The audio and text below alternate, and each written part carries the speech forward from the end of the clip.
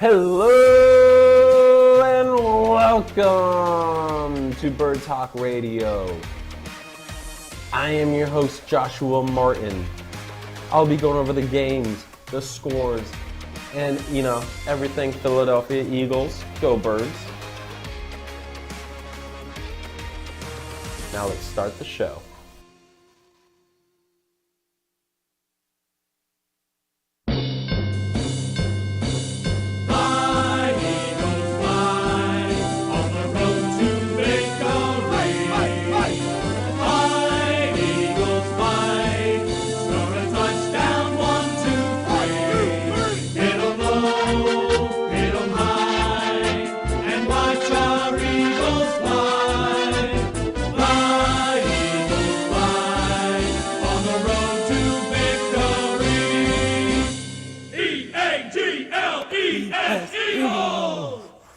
Yes! And welcome to another edition of Bird Talk Radio. I am your host for this evening, Joshua Martin. Let's see. Well, we're not going to be I'll try to do my best of not discovering, but talking about every sport out there. Football is my specialty, but I will conquer everything. I'm going to talk about the World Cup. Who made it to the quarterfinals? I'm going to talk about free agency in baseball. And I'm going to give you the NBA standings as they are right now with, who being the best team in the league. Not the Sixers, but the damn Boston Celtics. They're looking nice out there. Looking real good, too, in the East. But we'll start our show off with what happened this past Thursday night. Football. It was the Bills and the Patriots. It was in New England. Although it was in New England, the Buffalo still came out and just had not a dominant offense, but they said they had the offense that Buffalo should have every single game. They won 24-10. Josh Allen threw for 2 touchdowns. Stephon Diggs was obviously one of those receivers for the touchdowns. He had 7 receptions, 92 receiving yards, and that 1 touchdown. All right. Besides the Bills, I'll cover them more in my top 5 teams in a little bit. They made it back. Just you'll see where in a little bit. Steelers and Falcons. It was kind of like a back and forth game. It was a pretty good game between both of them. Do the two teams are fighting anything? No, they're just fighting for another win. Really. I guess the Falcons, they are actually fighting for a playoff spot. If you look at the NFC South, everyone's 5-8 and 4-7. Just all the teams in that division are not doing the greatest. Even the Tampa Bay Buccaneers, which is kind of a surprise, obviously, with, who at quarterback for them. But the Steelers won that one 19-16. Kenny Pickett threw a touchdown. There's nothing really else to say besides that. I think Marcus Mariota, he was fine. But yeah, the Steelers won that one 19-16. Yeah. Packers and Bears. That was supposed to be it was a good game. It was a good game. It looked promising for Chicago to finally get that win on Aaron Rodgers, but they just the fourth quarter, Packers scored 18. Chicago didn't score at all. It's just kind of sad because even at the end, you can look at the highlights. I think Aaron Rodgers, he was saluting all to Chicago, saying, bye-bye, losers. Justin Fields, quarterback for Chicago, not the greatest. 20-25, 254 passing yards. That's very promising on a stat sheet, right? But no, he had 2 interceptions as well, too.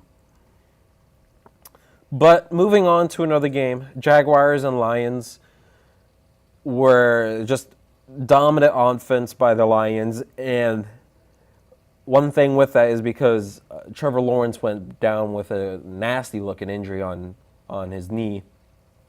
I haven't heard of anything yet. Don't know what's going on with him at this moment. There is one quarterback that did go out with a foot-ending injury. I'll talk about that a little later. But Jaguars and Lions, just like I said, dominant performance. Jared Goff threw for 2 touchdowns, over 300 passing yards. St. Brown, I believe I don't know if this was his first game back, but he's back. 114 receiving yards, 2 receiving touchdowns. Even DeAndre Swift, the running back for Detroit, came in and scored a touchdown there. Not quite on the Eagles yet, but that beautiful man, A.J. Brown right there, dominant performance against his old team, Tennessee Titans. We'll cover him in just a little bit, but the Jets and the Vikings, wow. Yes, Mike White did have 2 interceptions, but he had a chance. He had that chance. And I can't remember the receiver's name right now that dropped the catch to get to take the lead. Not his fault though. They had an opportunity. They were in the red zone for at least from the time stamp of 3 minutes and 40 seconds. They had plenty of time to get in the end zone.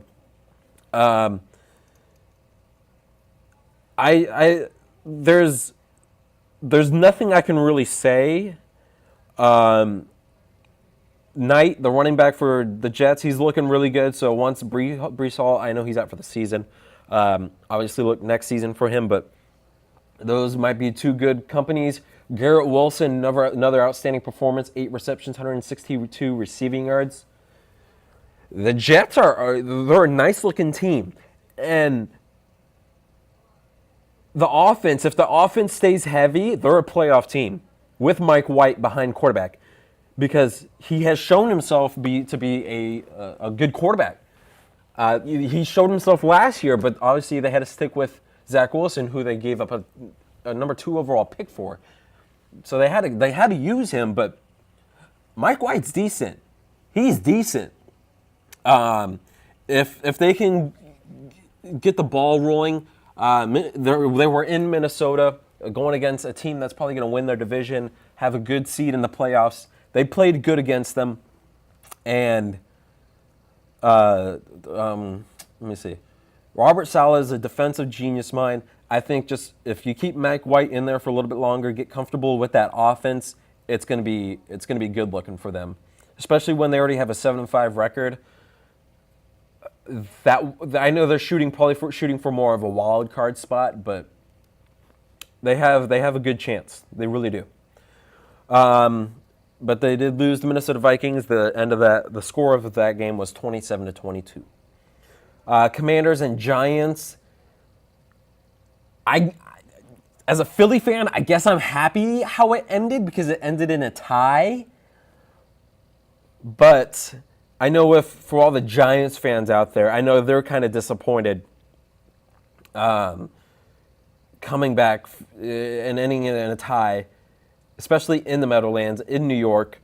They want to get that win. They're in a tough conference as is, as surprising as it is, of how good Philly, Dallas, even these 2 teams, Cowboys and Giants, Commanders and Giants are doing. It's a tough division right now, and they need to win. This tie helps. It's not a loss, yes, but I know New York was looking for a good win there. Obviously, probably looking for a wild card spot now. Taylor Heineke finally threw a touchdown again, but is that a tie in that one? Just nothing could have been done in the overtime at all. All right, now we can pull up that beautiful image of A.J. Brown. Titans versus Eagles. This man went against his old team, and literally they fire the general manager for the Titans after this game just because they were like, look, you traded this man away, and look what he just did to us. This man right here, Devontae Smith, I love you to death, but I don't think Devontae Smith is a wide receiver 1. He's a little on the smaller side. Okay, I'm a twink too, supposedly, but this man is just an absolute savage. If you look it up, watch his second touchdown. He just absolutely ripped it out of the defender's hands. Two touchdowns on the night, 8 receptions, 119 receiving yards. We even held Derrick Henry to only 30 yards and 11 carries. The rushing on both sides didn't do good, 87 from Tennessee and 67 from Philly, but we held them. That's all that matters. If you go on to the next image, I want to show another beautiful man on the screen. because he threw 29 to 39, 380 passing yards, 3 touchdowns, and 1 rushing touchdown. Again with the stats, don't quote me on this because this is all from memory, but I believe he's tied for Cam Newton for the most rushing touchdowns by a quarterback in their first 31 starts. No, because it might be 31 touchdowns. No, maybe first 31 starts. No, he definitely he's way too young to have 31 starts. 31 touchdowns in some amount of starts. He's tied with Cam Newton. But we remember how good Cam Newton was coming out of Auburn, especially that 2015 year by him. I know Cam Newton now is, I don't know. But that 2015, even coming out his rookie year, absolutely dominant just because his size and physique, you know? But Jalen Hurts, not the biggest man in the world, but he's a solid, good look for a quarterback. And he's tough, and he's competitive. And that's definitely what we need in Philly. Beautiful win, 35-10 over the Tennessee Titans. We go to 11-1 on the season. How did we lose to Washington, bro? We could have been 12-0. Broncos and Ravens. Another quarterback we lost. Not really lost. Lamar Jackson is a foot sprain. I think he's only sidelined for 1 to 3 weeks, depending on how he recovers, how well he recovers. I would give him at least 2 weeks. I know that's another conference they're trying to win out, but Cincinnati's looking hot in the AFC North, so got to watch out for that maybe a little bit. But the Broncos, I mean, Russell Wilson, 17 to 22, 189 yards. Lamar Jackson goes down for the Ravens. Broncos can't score a touchdown. They get 3 field goals out of. That's the only way they score. But Lamar goes down. Tyler Huntley, who's not bad. I think he should be a starter quarterback for some team. I don't know what team, but I think Tyler Huntley's good. Comes in and gets a game-winning drive against Denver. Denver moves to 3-9 on the season. They're already out of playoff contention. It's not looking pretty for them at all. At all. But yeah, the Ravens get the win in that one. Browns and Texans, the return of words I can't say. I just wish he was in jail and not returning for Week 13 in the NFL. Deshaun Watson came back. He didn't play good at all, thank God. But the defense won that game for Cleveland. I believe they had 2 pick sixes. I know they had 2 defensive returns that went for touchdowns, and they had a punt return as well. He hasn't played in 700 days, I think it was. So it's going to be tricky coming back, but I hope he doesn't do good. I hope he I'm not talking about that game. Seahawks and Rams. Another Denver fans or Bronco fans and Rams fans probably have it the worst right now. Probably the Rams fans more than anyone because they came off that Super Bowl win. Actually, I don't know who has it worse. But Rams lose another one. Seahawks win it. Seahawks probably favorites now with Jimmy Garoppolo going down. Geno Smith looking nice again. 28 to 39, 367 passing yards, 3 passing touchdowns. Another beautiful game. Tyler Lockett, 128 receiving yards. Amazing game. They came out with the win on that one, 27 to 23 over the Rams. Seahawks moved to 7-5. Rams moved to 3-9. But Rams are out.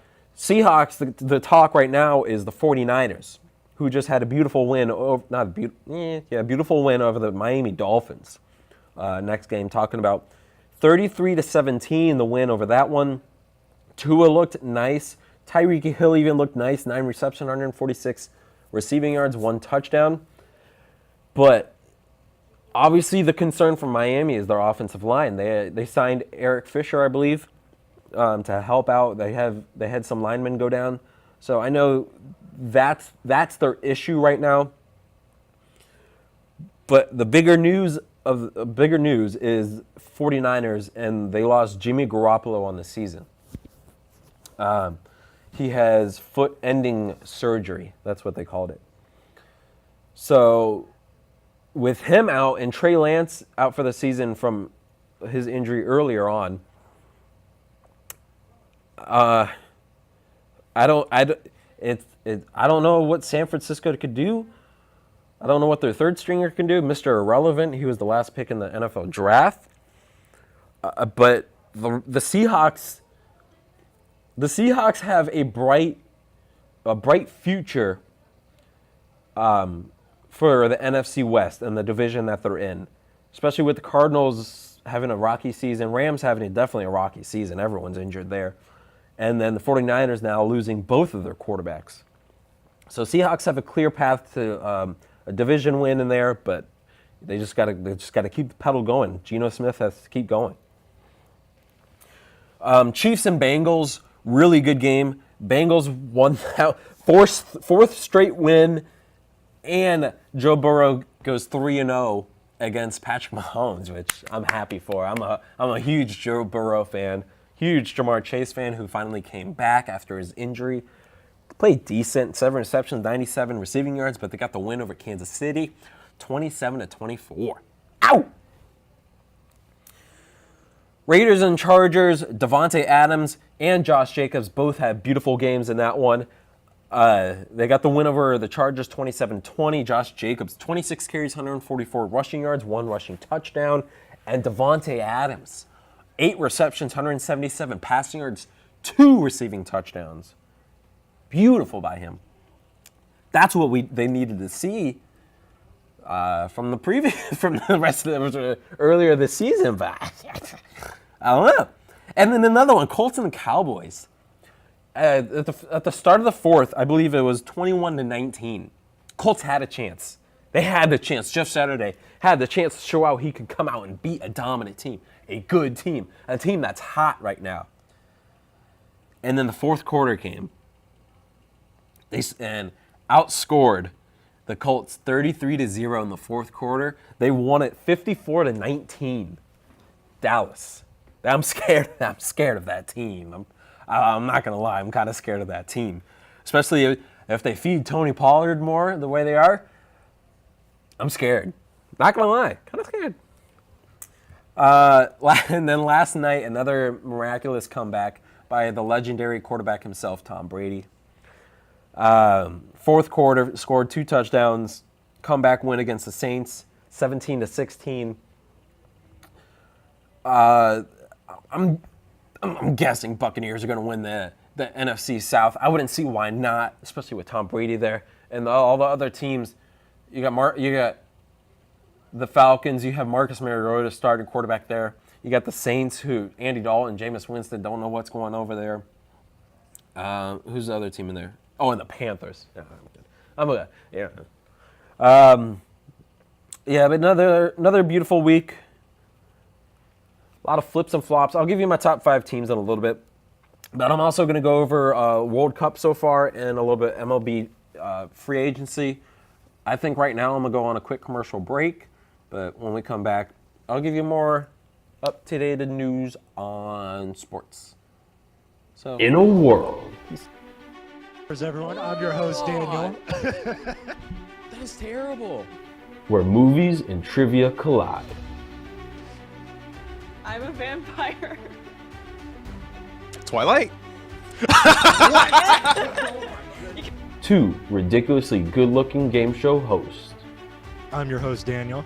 And I am Joshua Martin. Will tackle the challenge of being the best at movie trivia. All right, this is about a board game that comes to life. This guy repeats his day over and over and over again. The power of Christ compels you. Movie Wars.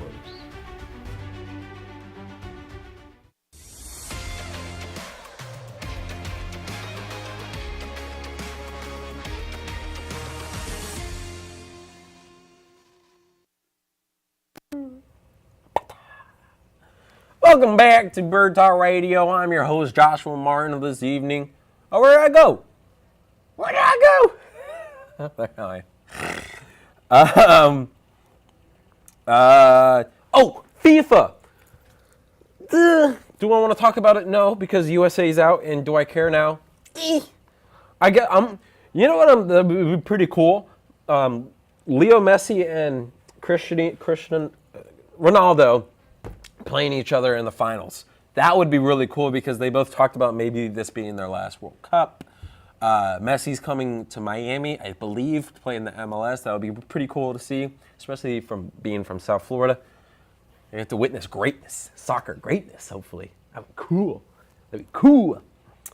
Netherlands did move on. They did beat the U.S., sadly. So they'll be playing Argentina this coming Friday at 2 o'clock. And then an earlier game that same day, we have Croatia going against the World Cup favorites, Brazil.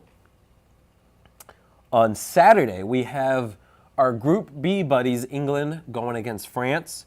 That'd be a cool little French Revolutionary War. England's just trying all the wars again, trying to get their colonization back.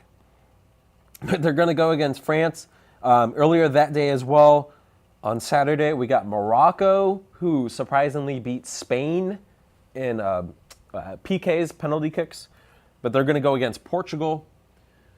And Ronaldo, I don't think he played because I think he was coming off the bench. He may have been subbed in. I didn't watch the game, but they just dominated against Switzerland. Portugal did 6-1 on that. They played earlier today.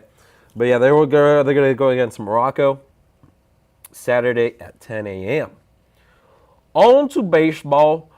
I did have a photo. Can we pull up the photo of Trea Turner? Because we're going to talk a little bit about baseball.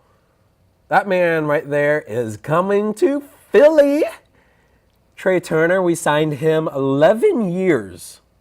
Let me get the correct stuff right here. I'm just going to read it straight out from ESPN itself. Shortstop Trea Turner and the Philadelphia Phillies have agreed on an 11-year, $300 million contract. I don't know where we got the money from. I thought we already lost all the money, giving it to Harper and Realmuto. But $300 million contract that includes a full no-trade clause, source tells ESPN. Huge. Massive. Really happy we got him. Shortstop, who did we have at shortstop? Gene Segura. Oh, we had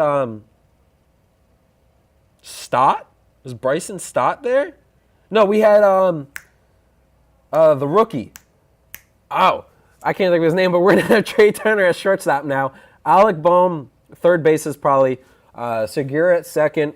And I'm guessing we're still going to keep Rhys Hoskins at first base. Well, I don't know what we're going to do with him, but let's see what happens. Just adds another dominant. Oh, is he going to be lead off or is Kyle Schwarber going to lead off? Oh, this is going to be exciting. Next year, it's just going to be another offensive powerhouse by us. Definitely a boost on the defensive side of things, too. Trea Turner is beautiful. Speed kills. Oh, amazing. Some other deals that went on. New York Mets, beautiful, or they had, what did they have? They sent one away and they received one. What I think they did is received one that was better and sent one away where I think they won. I think the Mets won, basically. Two-time Cy Young winner Jacob deGrom signed a 5-year, $185 million deal with the Texas Rangers. So he's the one that's gone. Now, you want to know who came into New York, though? Who I think is much better than deGrom? Not speed-wise and velocity-wise, yes, deGrom's a harder pitcher to face against, but just the mastermind, the veterancy, the championship mentality that you're bringing to this team. I'll read it. Justin Verlander and the New York Mets are in agreement on a 2-year, $86 million contract. Yeah, that's it. That's it. But Justin Verlander is going to the New York Mets. He's out of Houston, going to the Mets. And I think it's an upgrade. I think it's an upgrade from deGrom. I think they still have Max Scherzer. We saw them two partner up with Detroit a while back. That team has a special place in my heart. But they were just dominant together. They're back again together. And just they still have dominancy in the Mets bullpen. Let's see. Boston Celtics are doing good. Milwaukee Bucks are doing good. Phoenix Suns. New Orleans Pelicans are the number 2 team in the West. Ooh. Memphis just got a dominant win over the Miami Heat, so they move up as well. I don't think there's any really surprising. There's some surprising names in the West. I'll say that. In the East, it's kind of what you thought. We would thought Brooklyn Nets and the 76ers would be a little higher. Cleveland Cavaliers are kind of a surprise. They're the number 3 team in the East as of right now. But yeah, I don't think in the East there's really that much surprise. It's where the Western Conference is the real shocker. I mean, the Sacramento Kings are in 5th place. The Lakers are in 3rd to last. They're right next to the Houston Rockets, who I can't say anything because the Rockets just beat my Sixers. But Memphis Grizzlies, I know we were looking at them being good, probably a play-in team because I don't know who I know they have Ja Morant, who's just unbelievable right now, but kind of a surprise them at 3rd. The Pelicans, a surprise at 2. Kinda, not really. But the Suns are up there. It's just kind of a little shaky in the West. Even the Golden State Warriors, they're 10th. They're the last play-in spot. By 3, 4, 7, A, B, Q, T, R, S? 5. Oh. Yeah. The Western Conference is a little surprising. Can we pull up the top 5 teams and then I'll wrap up this show? So yeah, I got the Eagles. We're the best team. There's literally you can't deny that we're not the best team in the league. And if you think I'm wrong, I want you to contact me. birdtalkradio2022@gmail.com or call into the studio, You can get a live on interaction. I can yell at you. I can curse you out. Not really, but I'd like to.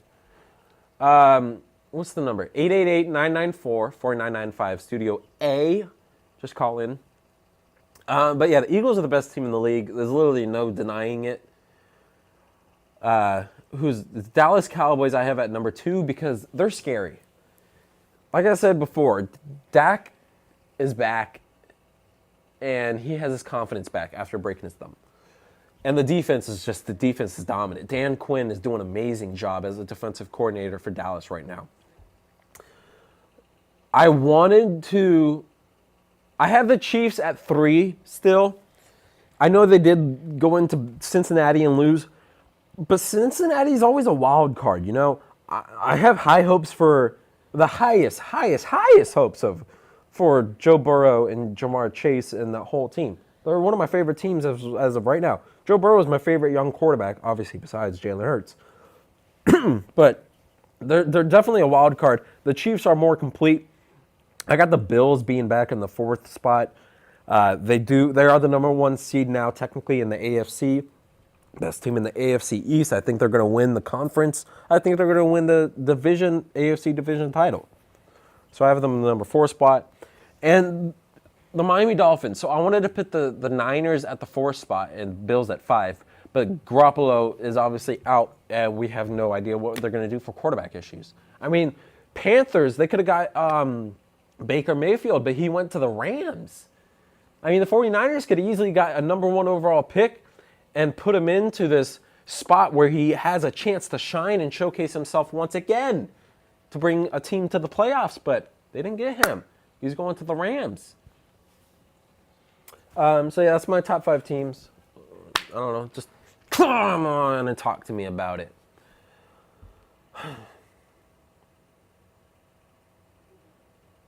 So this has been Bird Talk Radio.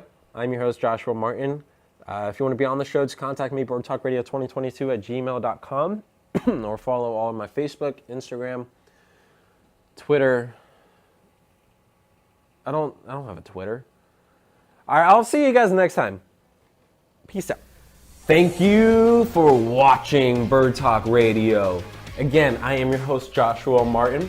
If you want to contact me or be on the show, just email me at birdtalkradio2022@gmail.com, or you can call in during the show at 888-994-4995 in Studio A. Have a wonderful day, and remember, go Birds.